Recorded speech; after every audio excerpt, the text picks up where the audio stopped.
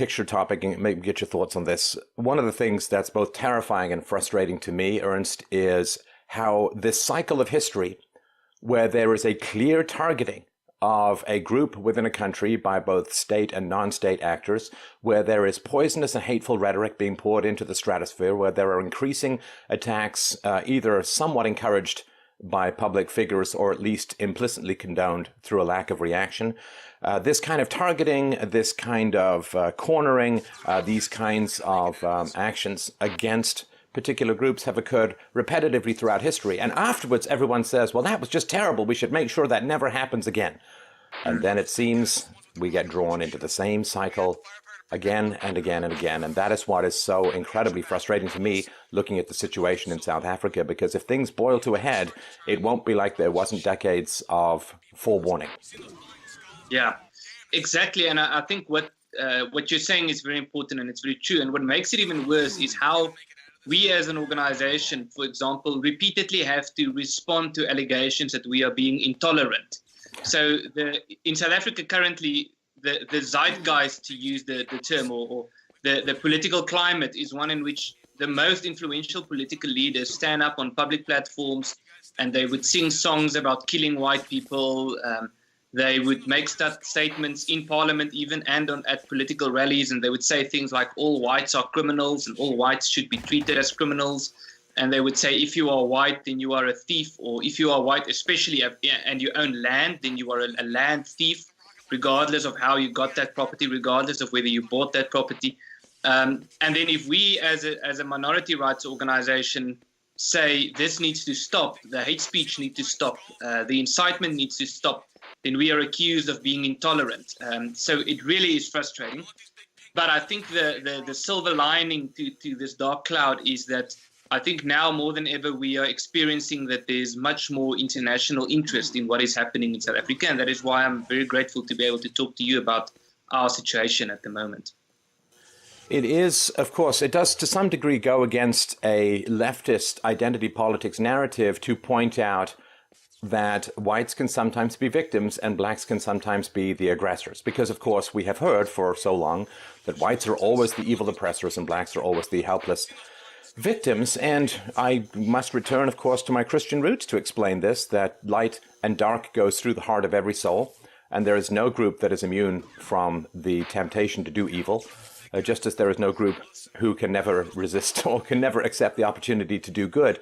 And this idea that things in South Africa are a lot more complex than people think, and that it does appear that the majority, both in terms of demographics and in terms of political power, have set their sights on either the stealing from, the stripping of rights of whites, and in particular the white farmers. It's hard to miss, but it goes against the kind of narrative that people have had set up in their minds for so long that it, in fact, asks them to overcome a prejudice which I don't think they're even aware that they have. Yes, and it's really flabbergasting to listen to some of the views that people express. And oftentimes it's views that's expressed in the mainstream on the biggest radio stations in South Africa and TV networks, where people would make comments such as, South Africa is a democracy, and in a democracy, you should not be allowed to say that. So if we, for example, say that we disagree with land expropriation, people would say, well, we're a democracy, you can't say that, which is very ironic, of course. So I don't think people understand. I think that's part of the big problem in South Africa, is that there's a complete lack of understanding of what the difference between democracy and majoritarianism is. So in South Africa, the view or the notion is that democracy means whoever gets the most votes can do whatever they want. They can strip people of their rights, and we've heard our former state president, for example, saying in parliament, his exact words were, we are the majority and you are a minority. You have less rights because you are a minority. Absolutely, that is how democracy works. Those were his exact words. And we've had many other similar statements from political leaders. But I think to get to your question, what we experience in South Africa is a very, very aggressively pursued ideology of entitlement. So, and we see that within these, so-called liberation movements trying to run a country, as we've seen across the world, that has never worked. So we have the ANC, for example, which is our ruling party, and then we have other smaller parties such as the EFF, which is even more radical. who would actively say to their members that whatever is wrong with you, whatever troubles you experience in your life, no matter what they are, those troubles are always the fault of someone else. And it's explicitly stated that it's the fault of white people. So if you are poor, it means that some white person has stolen something from you. So there's no, and at the same time, we have an education system that's in a disaster. Literally, more than 80% of our schools in South Africa are dysfunctional, according to data that's available in the public sphere. But there's not a need to fix the education system, because to acknowledge that our education system is in shambles would be to acknowledge that part of the solution would be to focus inwards. But it's so aggressively pursued that whatever is wrong with you, it's always someone else's fault. And I think that's how we got to this point now, where we have politicians openly singing songs about murdering minority communities. We have seen this script, as you know, Ernst, play out many times over the last 100 or so years, in particular when a poisonous and toxic and divisive ideology like Marxism begins to gain the ascendancy in a political process. We, of course, saw this with the kulaks in Ukraine in the 1920s. We saw this with the under Chairman Mao. This was seen in the killing fields of Cambodia, that there is this argument put forward that anyone who is successful is an exploiter. Anyone who has more than you only has it because they've stolen from you.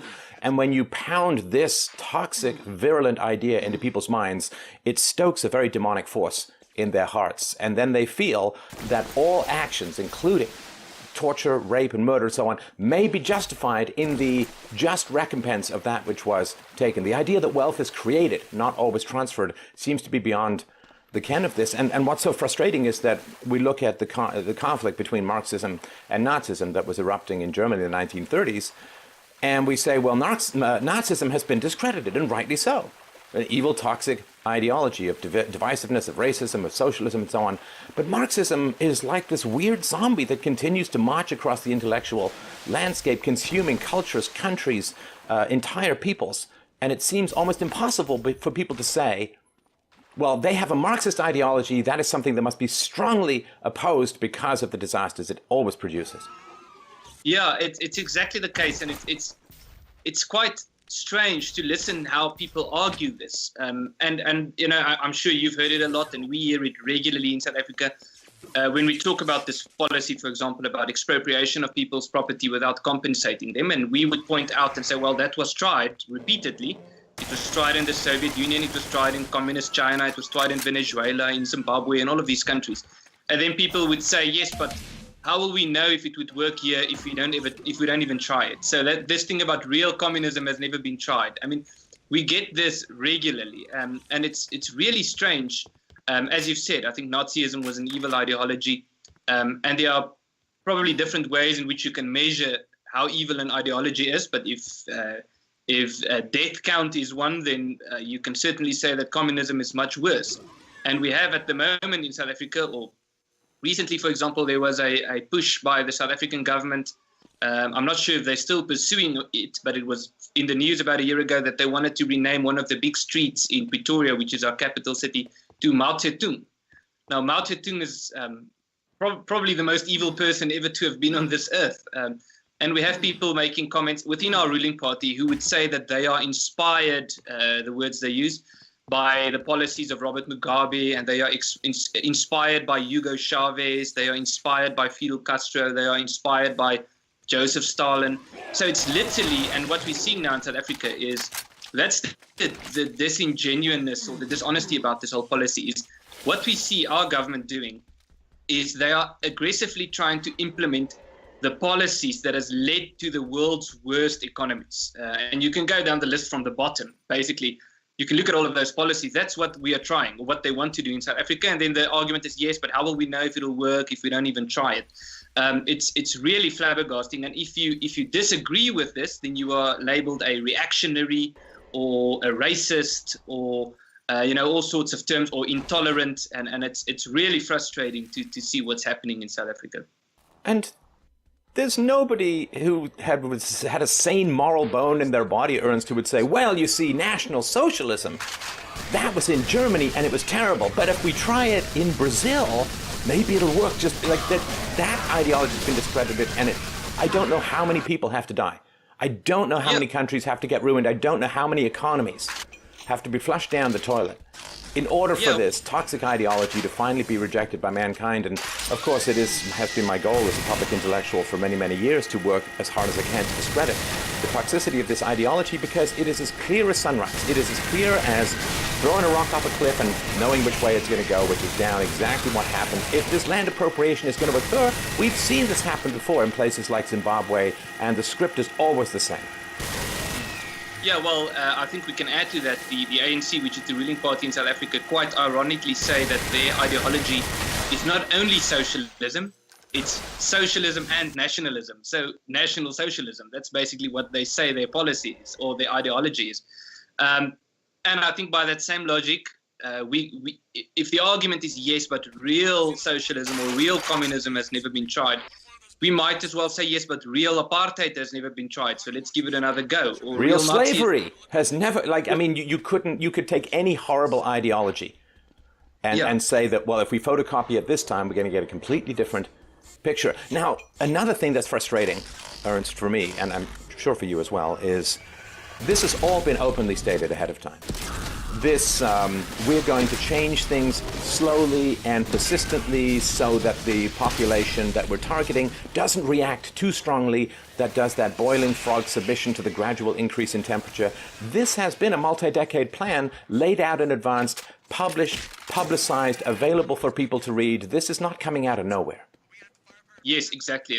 That's very important. What you're saying is the boiling frog metaphor was something that was used by our current president, Cyril Ramaphosa, in the early 1990s during the negotiations for a new South Africa, for the new constitution. He was the chief negotiator of the ANC back then. He's now the state president.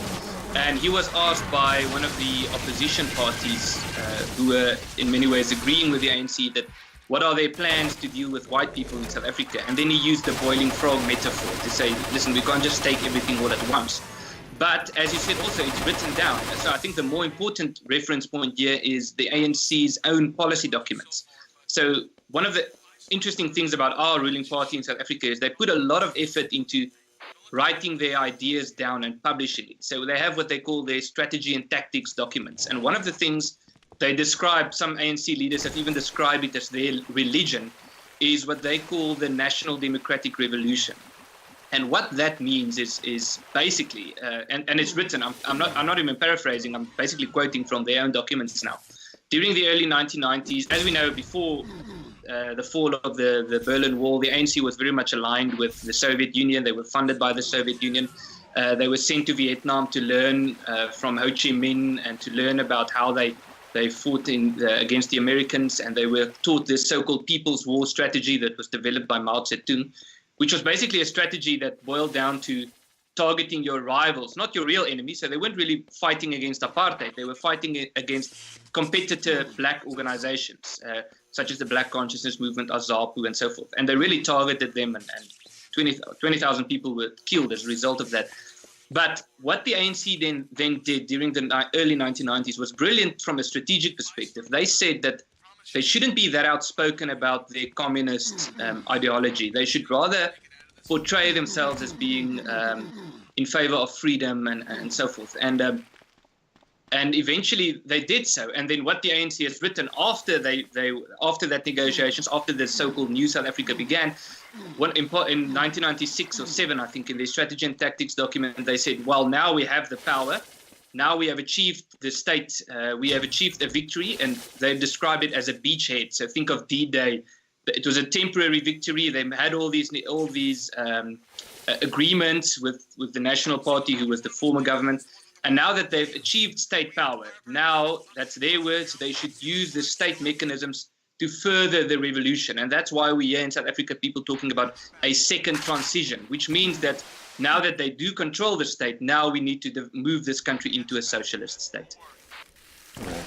And this kind of incrementalism, according to democratic principles, was, of course, the National Socialist agenda in Germany, just as it was, of course, the communists who initially were going to try and gain power through, quote, peaceful means in Russia in 1917. This is an old and tried revolutionary tactic. And, of course, one of the reasons why they want to go so delicately is that the world as a whole of course, gives the South African government and the ANC as the inheritor, the progeny of the sainted Mandela, quite a pass, as well as, of course, at least from America alone, hundreds of millions of dollars a year in foreign aid. And that, to me, is an astonishing thinking. One of the reasons I think why it's moving so slowly is not so much that they don't want to alarm the white population, which seemed to me, Ernst, entirely alarmed already, but because they don't want to provoke a reaction or any judgment from the world community in terms of investment, in terms of foreign aid, or just in terms of negative publicity. And I think that shows where the vulnerable spot can be, which is one of the reasons why I think these conversations are so important. Yeah, I agree with you 100%, especially since the ANC is seen in the world as the party of Nelson Mandela. I was at the United Nations in New York recently, and if you go to the bookstore there, I counted. There were more books about Nelson Mandela in the UN's bookstore in New York than all the other state leaders, state presidents combined. And so we know the United Nations in particular is very proud of the new South Africa, about the so-called miracle that happened in 1994. And the ANC has achieved a very big international wind of approval. So the ANC is sort of the sweetheart or the darlings of the world in terms of the fact that there was what is described as a non-violent revolution, although there actually was a lot of violence in South Africa. But and I think this is strategically, I think we something that we need to zoom in on is the fact that the ANC, and we've seen that, we've personally experienced that at AfriForum, that the ANC, our government is very, very sensitive to political scrutiny abroad.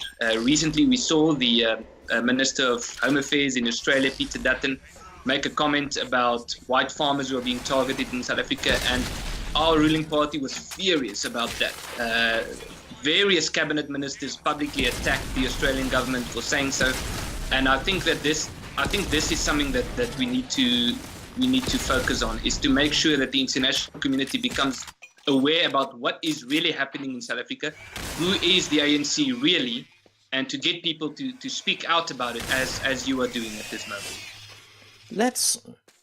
Let me play devil's advocate position for a moment, Ernst, and make the case, which I've seen, of course, many times in comments, in articles, in interviews, and so on, where the blacks, and I don't want to make this big amorphous group called the blacks. I mean, there's many, many different tribes, 8 official languages, many other languages, and so on. But in general, there is this perspective from the blacks that the whites came and stole the land and were just taking it back. The whites came and colonized and brutalized and raped and murdered, and we're just taking it back. We're trying to protect ourselves from these evil colonial oppressors.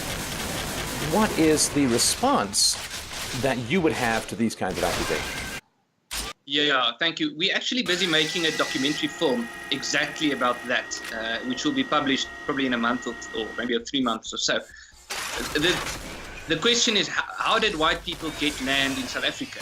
And the answer is there were 3 different ways in which white people got land. The first is empty land, and I know that's controversial, but it's very well documented. I'm sure we can't go into history in too much detail, but I can maybe reference the Mfecane was a massive, I'm sure people abroad know of Shaka Zulu. He started you can go into a little bit more detail. This is an armchair show. We don't mind. We're not afraid of details here. We've got no commercial breaks and just whatever you want to get out. This is a good forum to do it. Okay, well, let me then give a bit of context. So 1652, the Dutch settled in Cape Town, what is today known as Cape Town, and it was supposed to be a halfway house for people traveling around Africa so that they can stop there and get refreshments and so forth. Long story short is they grew, the population grew. The intention wasn't to settle there permanently. Eventually, it was annexed or colonized by the British. And by that time, the local community did not see themselves as Europeans anymore. They saw themselves as Afrikaners, which is also known as Boers in the rest of the world. And so there was friction, especially between the Boers and the British in what is today known as Cape Town. And eventually they decided to move, the Boers, to move deeper into South Africa. And just to put this in context, sorry to interrupt, Ernst, just to put this in context, particularly for our American listeners and viewers, the Boers have been in South Africa, in many cases, longer than the whites have been in America. And so just saying, well, just leave, well, that's like saying, to the whites in America, well, just leave, because it's not your country. And this becomes progressively difficult to untangle historically, but I just wanted to put that in context. Yeah, thank you.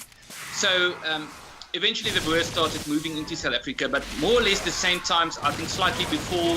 Remember, as you said, we have 11 official languages in South Africa, so we have many different black tribes. We have Xhosas and Zulus and Sothos and a whole variety of them.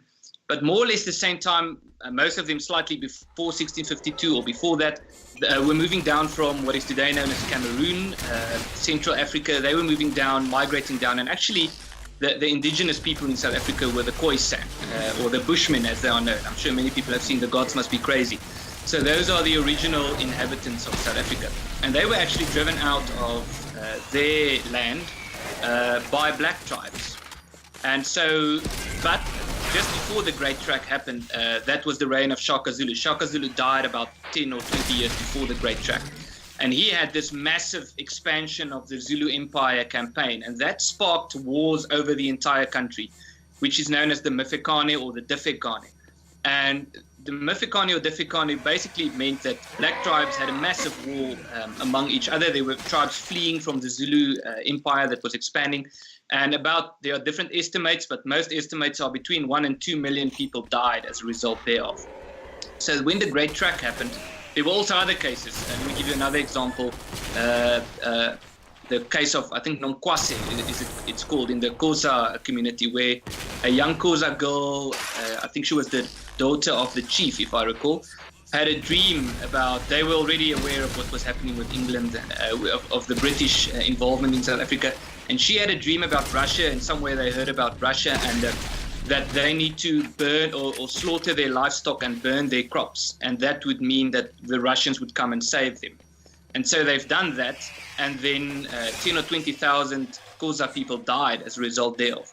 So if you read the diaries of some of the Great Trek, the Boer leaders who were moving into South Africa, you will see there were conflicts between whites and blacks, but there were also notes about how they moved into areas and it was just empty, and there were skeletons everywhere, and there were no one seen, no one in sight. And there were areas that were simply uninhabitable, because in South Africa South Africa is actually a very dry country. There were some estimates saying that you can only survive on about 30% of South Africa's surface if you can't dig boreholes. So the point that I'm trying to make, that's the first point, is there were massive parts of South Africa that was empty. The second reason was negotiations. So there were very well-known cases. There were literally dozens of cases where voortrekkers, as they were known, I'm using the word voortrekkers, which was what the Boers were called when they moved into what is known as South Africa today. There were literally dozens of negotiations between the Boers and black tribes, such as the Zulu, almost all of those tribes. The best known case is the case of Piet Retief and Chieftain Gaan. Now, Chieftain Gaan was king of the Zulus. He was King Shaka's brother. He killed King Shaka and he became the chief. And Piet Retief was one of the Boer leaders. So Piet Retief negotiated with Chieftain Gaan for a big piece of land, which is in KwaZulu-Natal, as it is known today. And there was a treaty signed between them that Retief had to go and get some cattle that was stolen by Sikonyela and give those cattle back to Dingaan. And they signed a treaty. The treaty is in writing that if they do that, then they can get this massive piece of land. And so they got the cattle, they went back to Dingaan, and then Piet Retief and all of his men, I think it was 200 men, if I recall, were all slaughtered. So they were all killed, but the treaty was signed. So there were many such cases. It's not wildly off the sort of radar of seeing something like the Louisiana Purchase or the Purchase of Manhattan and so on. Yeah. I can't go into those details too much, but it's more or less along the same lines. So there were many such cases where land was bought. There were even cases, as I spoke about the empty lands, when the voortrekkers eventually, or the Boers eventually established the Boer republics of the Free State and Transvaal, which later became combined into South Africa. Some black tribes came to them and said, well, this used to be our land before the Mifekane, and that land was given back to them. There were many such cases as well, and it's documented. So that's the second way in which they got land. And the third one is probably the most controversial, and that's by conquest. And that's very controversial because that's the argument that, whites stole black people's land. But I think we need to see that within a bigger historical context, and that is that it was common practice among the different black tribes in South Africa that you could get land by way of conquest. That's why the Bushmen or the Khoisan now live in the desert, the few of them who are left. They used to live in the Drakensbergs, they used to live all over South Africa. They now live in the desert because their original land they were driven off. So conquest is also, it's the most controversial. It's also known as human history as a whole, yeah. Up until a very, very small slice of the modern era, when Christianity helped develop ideas such as universal rights, property rights, and subjugation and equality under the law.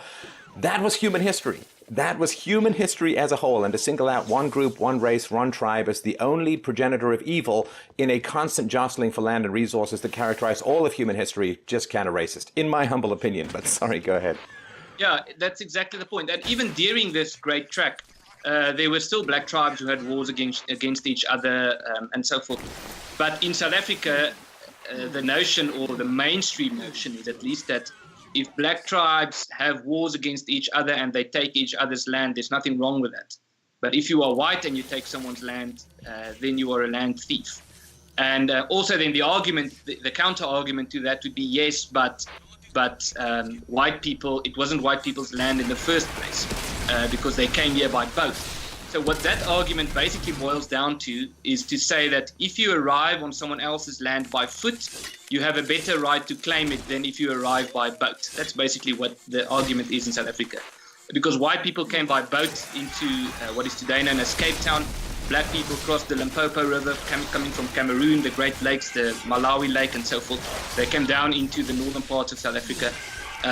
And there's really only one group in South Africa who can legitimately claim that they were the first inhabitants, and that's the Khoisan people, or the Bushmen people. It's almost like a parody of Animal Farm.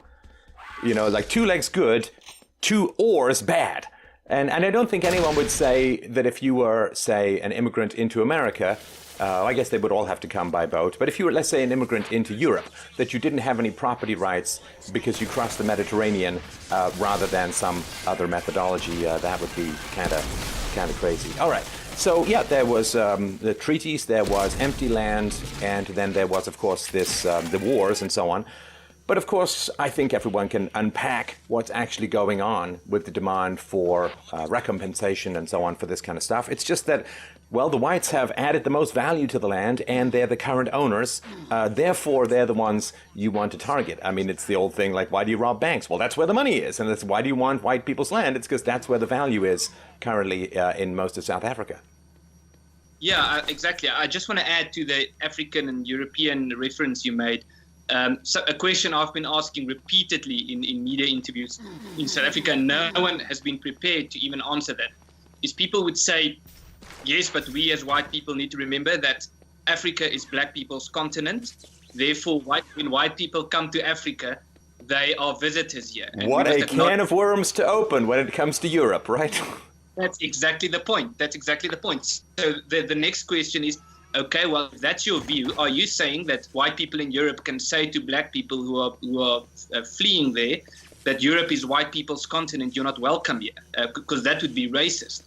And then I would go even further, Ernst, because according to that logic, non-whites who've been in Europe for hundreds of years, who speak perfect English, who are part of the culture, who contribute, they must be kicked out according to this theory.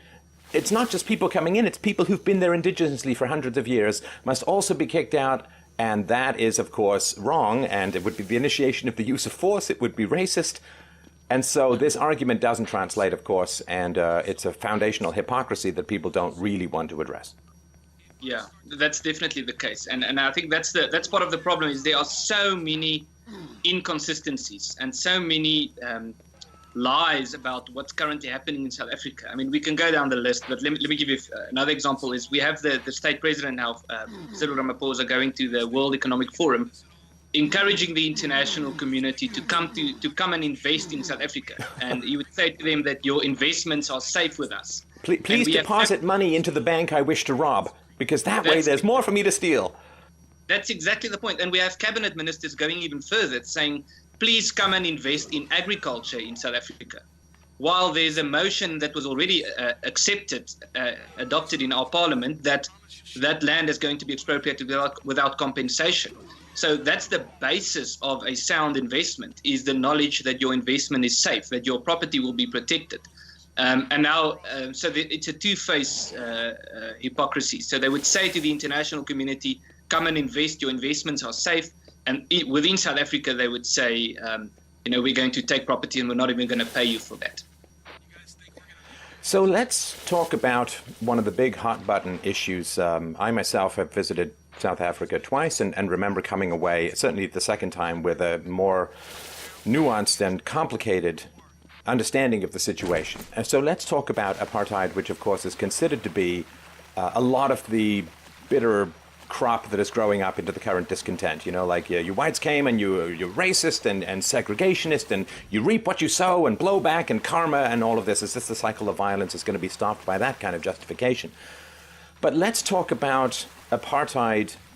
And, I was trying to do some research before talking to you, and I just kept running into the usual very leftist, it was just racist and evil and so on. Yes, it was racist. Yes, it was immoral. But if you look at the 70,000 whites who have been murdered since the end of apartheid, if you look at the farm murders, if you look at the squatter camps that the whites are being forced into, it's hard to say there was absolutely no reason for it and whites had nothing to fear from the end of apartheid. So let's talk a little bit about how it came about, what it was, and what the fears were around changing that system.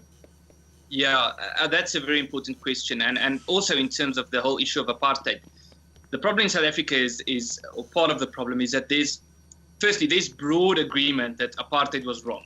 I think there are very, very, very few people, less than 1% within the white community, which is already a very small minority, who really think that we need to go back to that system. I mean, there's a lot of frustration with the current system, but I think the overwhelming view is the previous system and the current system are wrong. They're not working.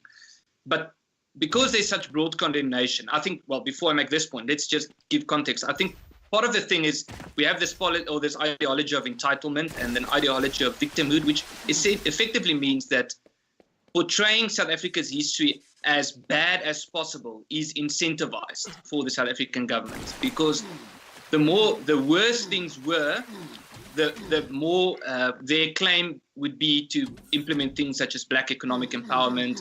So you never hear someone, or very rarely hear someone within the ruling party say, maybe we are starting to exaggerate about what happened in South Africa's history. And that is actually the reality. I'm sorry to interrupt, but also it's an old tried and true technique that when your economic system isn't working, you come up with a scapegoat, which was the case in Germany, and it's been the case with the counter-revolutionaries under Stalin. When your economic system isn't working, you point at whoever has some success and you say, those people are the reason you're poor, those people are the reason things aren't working, and if we just go and kill them or drive them away or take their stuff, everything will be a paradise. And it's a classic kind of redirect of the legitimate anger of people who aren't successful under a terrible system. Yeah, and also the further we move away from apartheid in South Africa, the more we are reminded of it. We hear people in the government speaking more about apartheid now than they did 10 years ago. But so what happened, it's almost created this void. There's no one who really wants to defend apartheid. So what's happening now is it's a carte blanche. People can say whatever they want about apartheid, and there's no one there to sort of point them out. So now we have people saying apartheid was a policy of genocide. We have people saying that apartheid was a policy of slavery. We have all these comments, and we have recently started saying to people, listen, if we want to, we should criticize our history, but we should just make sure that we are factual. And you cannot say apartheid was a policy of genocide, because within the first decade of apartheid, the black population doubled, and within the next decade, they doubled again. And of course, as you can expect, you would then be accused of being an apartheid apologist or an apartheid denialist. So that's currently the frustration in South Africa. It's just not correct to say genocide, of course, the purposeful direct or indirect elimination of an entire cultural, ethnic, or racial group.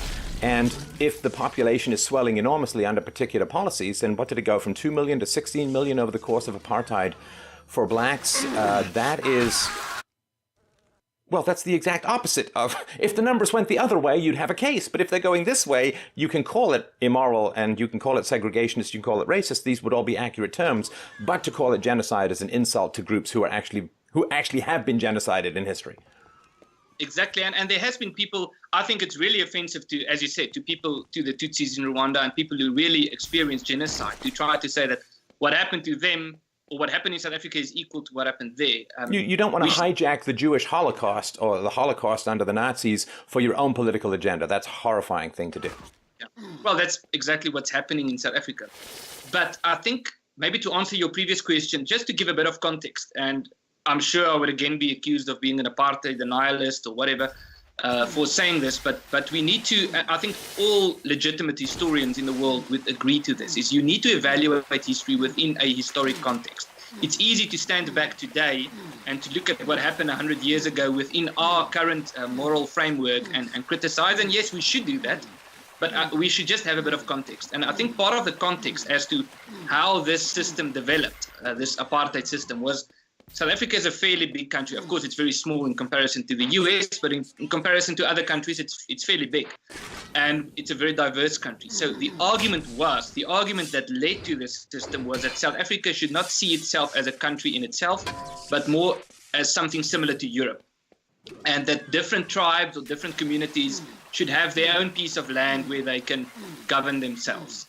And that's how the system of what they called separate development developed. So they would say, well, this is a piece of land for the Zulu community. The Zulus are going to have their land here. The Sothis are going to live there. The Afrikaners are going to live here, and so forth. And of course, that's the difference between what is known as grand apartheid and small apartheid. So that was sort of grand apartheid. And over time, that started. Of course, there were racist sentiments as well, but over time that started developing into smaller apartheid, where people would put up signs on benches or beaches to say, if you want to sit on this bench, you have to be black, and if you want to sit on this bench, you have to be white. And I think it just became impossible to really defend that system morally. And I think what the apartheid was also a fairly easy target in the sense that the Afrikaners who governed the country back then put a lot of effort into codifying everything. They put everything into state law. So it wasn't just practices. So they would say, well, these are the different communities, so let's make a law. Let's write a law. And that's how the Natives Land Act came into force, and all these different pieces of legislation that were applied. So was it wrong? Of course it was wrong. Should we go back there? Of course we shouldn't go back there. But we should be historically accurate, and we should be honest when we evaluate South Africa's history. And I think part of the reason why we are in this problem that we are now in South Africa, and maybe that's a lesson for people in the US and other countries to learn as well, is we've reached this point now where race relations is at an all-time low, largely because of the fact that we are not honest about our history. We should criticize our history, we should be critical about it, but we should just ensure that we remain factual in our analysis about what happened in South Africa. And added to that, when people are dishonest or when people fabricate their own history, those people should be pointed out without fear of being labeled a so-called apartheid apologist, because that's what's happening in South Africa. But I think we need to put much more effort into ensuring that we are honest about our history. And I appreciate the sensitivity in which you are treating, obviously, a very difficult subject. And I invite people to look into it. It was a state solution to a complicated social and ethnic problem. Like all state solutions, it had its brutalities, and to me, it's fundamentally wrong as a whole. We should have a separation of race and state and not have any laws that prefer or deny opportunities to anyone of any race. But that colorblind legal system remains a little bit of a mirage in the world as a whole. That's my particular perspective.